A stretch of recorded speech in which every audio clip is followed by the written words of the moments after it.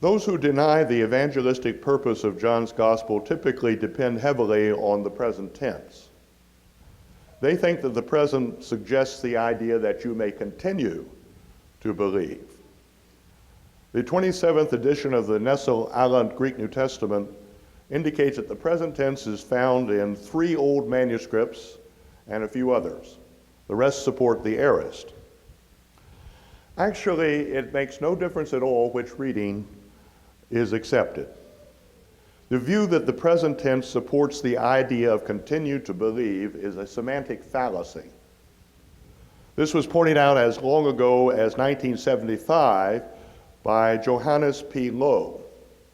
As some of you may know, Lowe was the co-editor with Eugene Nida of the Greek-English lexicon of the New Testament based on semantic domains.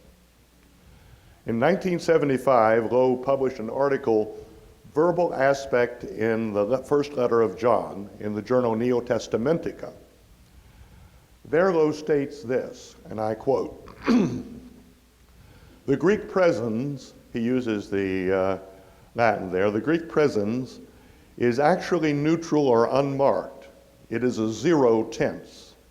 It may be used if the context suggests linear or habitual occurrence, and often verbs denoting processes give the impression that the presens signifies duration, though the presens itself merely states the occurrence of a fact." On the next page, he adds, "It is a 0 tense of factual actuality."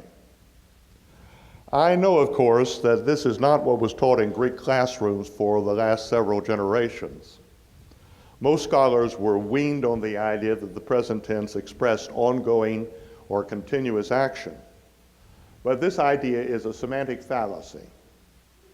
If you read your New Testament with the same facility you do your English New Testament, you can easily see for yourself that Lowe's position is a slam dunk.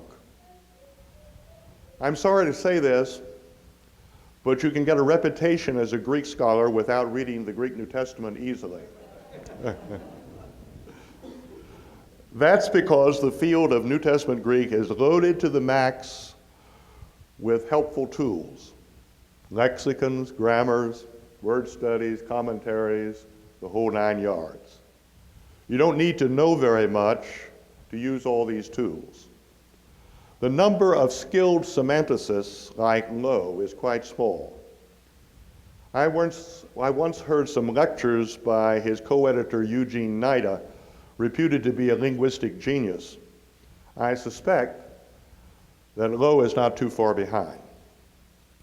Of course, not everyone has fallen into the tense trap.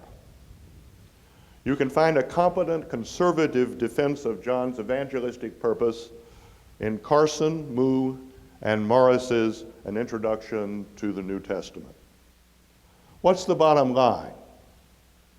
It is simply this. Neither in John 20:30 to 31, nor elsewhere in the fourth gospel, as far as I can tell, does John employ the present tense of the verb pisteuo, believe, with any suggestion of continuous action.